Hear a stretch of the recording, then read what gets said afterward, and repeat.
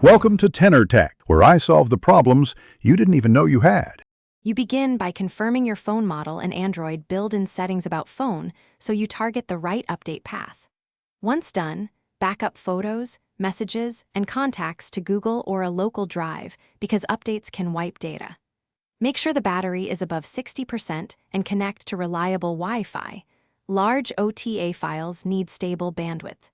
If the phone is rooted or uses a custom ROM, pause here and gather recovery tools and the correct firmware file to avoid bricking. Next, check for an official OTA via Settings System Update. Install if available because it's safest and preserves data. If the manufacturer no longer provides updates, source a compatible firmware or a well-maintained custom ROM and read the device forum instructions.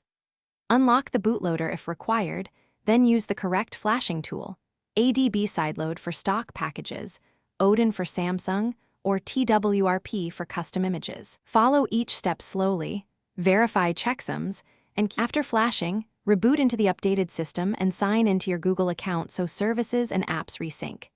Make sure apps run and settings are correct. Restore your backup where necessary.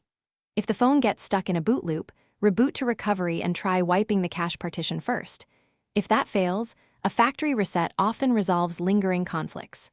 Finally, if problems persist, collect logs and search device-specific forums or post details, model, firmware build, and error messages to get targeted help. Thanks for watching. Subscribe to keep your life in tune.